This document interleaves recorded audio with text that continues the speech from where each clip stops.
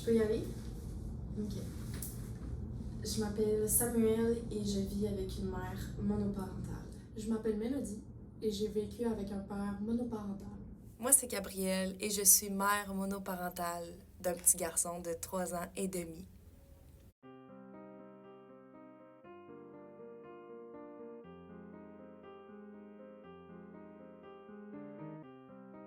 Même si je l'ai vécu sur une courte durée, vivre avec un père monoparental alors que moi et ma sœur nous étions toutes les deux dans la préadolescence était quand même assez complexe. Vivre les crises d'adolescence tout seul, apprendre différentes choses sur l'hygiène féminine en tant que père, c'est assez difficile d'apprendre ça à ses filles. Être mère monoparentale, je crois que c'est le plus grand obstacle que j'ai pu rencontrer dans ma vie, autant que c'est le plus beau cadeau que j'ai reçu. Ça implique beaucoup de choses, ça implique beaucoup de constance, de la patience, de l'écoute, autant vis-à-vis de toi que vis-à-vis de ton enfant. Je vis avec ma mère et mon frère depuis que j'ai 10 ans. Je vois depuis que je suis toute petite que c'est pas facile pour ma mère. Elle a beaucoup négligé sa propre vie pour nous, pour ses 2 enfants. C'est pas non plus facile de s'occuper de 2 enfants de base, mais aussi quand il y en a un qui a une maladie. C'est beaucoup de confrontation, d'adaptation, de remise en question, d'ajustement, de persévérance, beaucoup de larmes, de joie et de colère. Mais par-dessus tout, c'est beaucoup d'amour. Et je crois qu'il n'y aurait pas eu un meilleur moyen pour me faire évoluer que de devenir mère.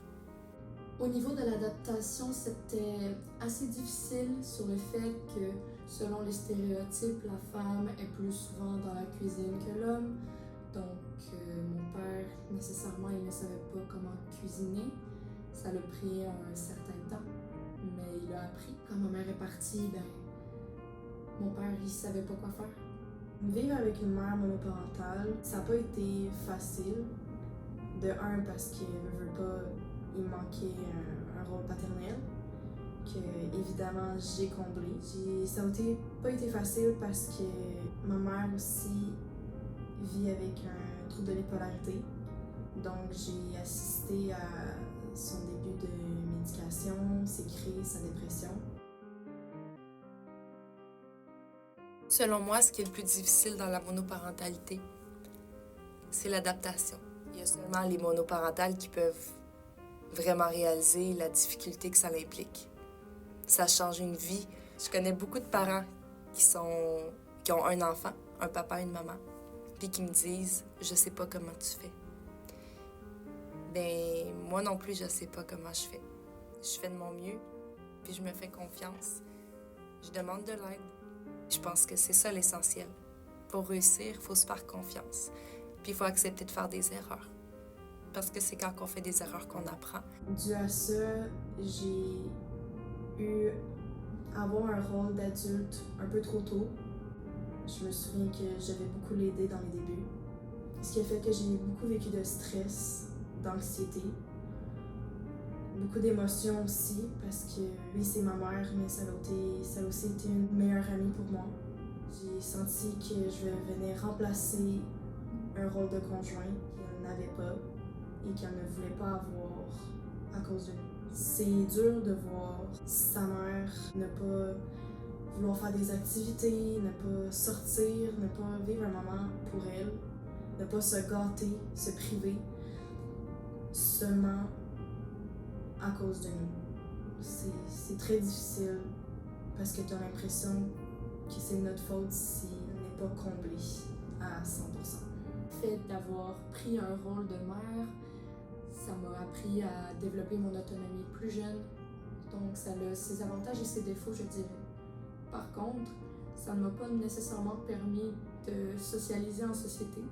J'étais plus souvent là à faire des tâches ménagères à la maison, de rester avec mon père pour l'aider ou quoi que ce soit. Donc, niveau adaptation, c'était différent de ce que j'allais imaginer. Lorsque mes parents étaient ensemble, ce n'était pas ça du tout. Depuis que j'ai su que j'étais enceinte, je savais que c'était ma voie. C'est pas le chemin que je pensais prendre quand j'étais jeune. C'est pas les choix que j'aurais pensé faire. Mais j'ai suivi mon intuition. Puis aujourd'hui, je suis très fière d'être mère monoparentale.